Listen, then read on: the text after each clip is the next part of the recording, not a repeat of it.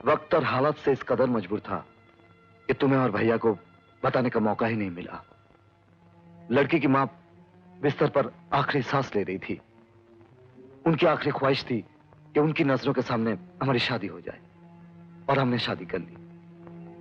लड़की की मां के मरने के चंद रोज बाद एक कार एक्सीडेंट में उनके पिताजी का भी देहांत हो गया। उन दोनों की मौत के कारण लड़की अपना दिमागी संतुलन खो बैठी है भाभी। ये सब तुमने मुझे पहले क्यों नहीं बताया? सोचा वक्त देखकर बता दूंगा, लेकिन आज जब मेरी शादी की बात निकली तो मैंने अपनी कहानी तुम्हारे सामने रख दी। लेकिन भाभी, भैया को मालूम पड़ गया तो कयामत खड़ी कर देंगे। तुम ही भैया को बता दो ना। अब मैं कुछ नहीं बोलने वाली। ये सब तुमने अपने हाथों से किया है ना, खुद ही जाकर उन्हें बताना। भाभी, तुमने जिंदगी भर मेरी वकालत की है, ये आखिरी वकालत और कर दो। इसके बाद मैं तुम्हें कोई तकलीफ नहीं दूंगा, तुम्हारी कसम भाभी। बस ठीक है, मौका देखकर उन्हें समझाने की कोशिश करूंगी। थैंक यू भाभी, थैंक यू। पर इससे मुझे कब मिला रहे हो? बहुत जल्द। मैं आज उस अरुण के बच्चे को जान से मार डालूंगा, उसे जिंदा नहीं छोड़ूंगा। ये क्या पागलपन है नरेश? मोहब्बत की आग में जलकर कोई गलत कदम मत उठाओ, वरना खुद भी जल जाओगे, हमें भी जला बैठोगे। नहीं डैडी, मैं राधा के बगैर नहीं रह सकता। आप हट जाओ डैडी। मैं उस लुटेरे को जिंदा नहीं छोड़ूंगा। क्यों नहीं छोड़ोगे बेटे? तुम राजपुरी के बेटे हो। राजपुरी ने हाथों की ताकत से कम अकल की ताकत से दुश्मनों के दिलों पर राज किया है। क्यों उसके नापाक खून से अपने हाथों को गंदा करते हो?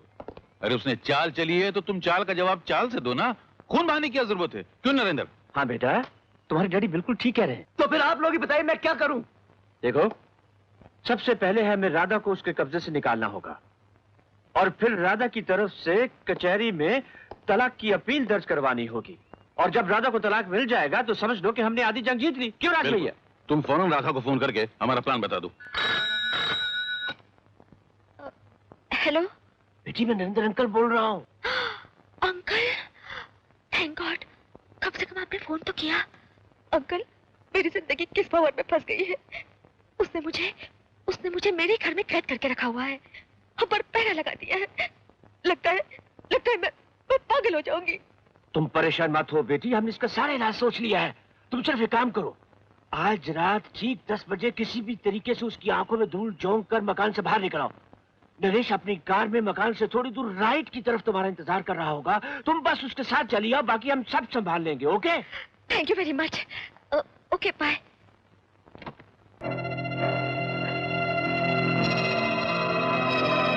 कस के बेटी, कस के।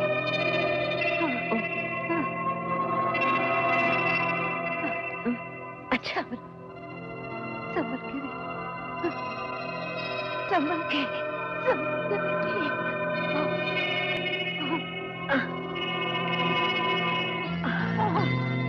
अच्छा नानी, मैं चलती हूँ। आउट। जल्दी से गाड़ी में बैठो।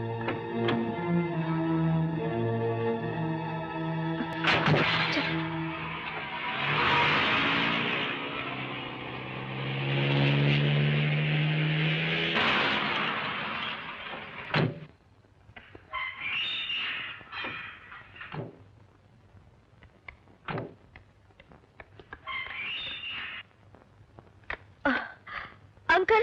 बेटी, ओह, आओ बेटी आओ। अंकल, मुझे तो विश्वास ही नहीं हो रहा है कि मैं उस कैदखाने से बाहर निकल आई हूँ। अंकल, उस आदमी की बदमाशी का कुछ तो तोड़ ढूंढो, वरना मैं सचमुच पागल हो जाऊंगी। तुम फिक्र मत करो बेटी, हाय। यहाँ तुम बिल्कुल महफूज हो।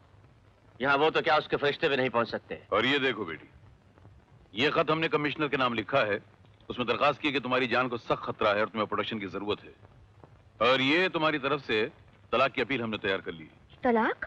हाँ बेटी, इसीलिए हम एडवोकेट से मिलने भी जा रहे हैं। इस पर दस्तखत कर दो। उफ, अंकल, जब मेरी उससे शादी नहीं हुई तो तलाक किस बात का लूं?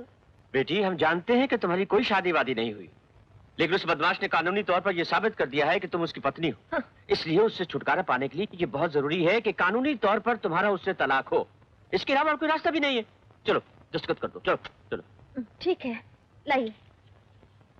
इस पे भी। हाँ।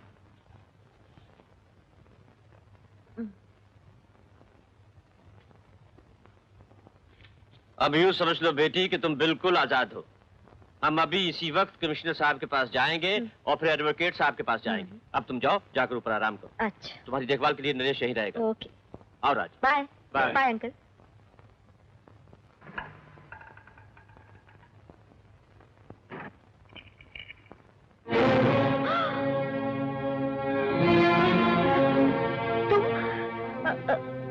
यहाँ भी आ गए? क्यों नहीं, तुम मेरी पत्नी हो और मैं तुम्हारा साया। शरीर जहां जाएगा साया वहां आएगा। बीवी गलत रास्ते पर जाएगी तो पति अपना फर्ज निभाते हुए उसे सही रास्ते पर लाए। आई बात समझ में? वैसे जगह पूरी नहीं है, काफी रोमांटिक है। आओ थोड़ा रोमांस कर ले। छोड़ो मुझे। नरेश, नरेश, नरेश। क्या हुआ राधा? नरेश देखो, वो यहाँ भी आ गया। हरामजादे, तेरी हिम्मत कैसे हुई मेरी बीवी को भगा के लाने की? बोल। शराबी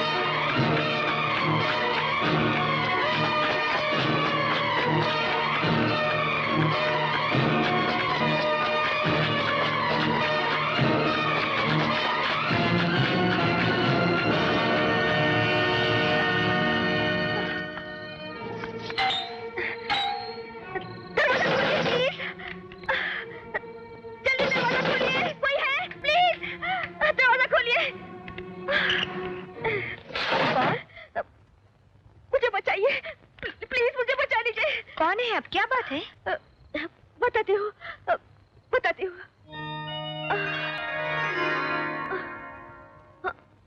बोलो, क्या बात है? एक गुंडा मेरे पीछे पड़ा हुआ है, उससे मेरी जिंदगी तबाह करती है। अपने आप को जबरदस्ती मेरा पति कहता है, लेकिन मैं उसकी पत्नी नहीं हूँ। मेरी उससे कोई शादी नहीं हुई है। मुझे उससे बचा लीजिए, मैं आपके पैर पड़ती हूँ। अरे अरे उठो, घबराओ नहीं, यहाँ तुम्हें कोई परेशान नहीं करेगा। यही है वो बदमाश।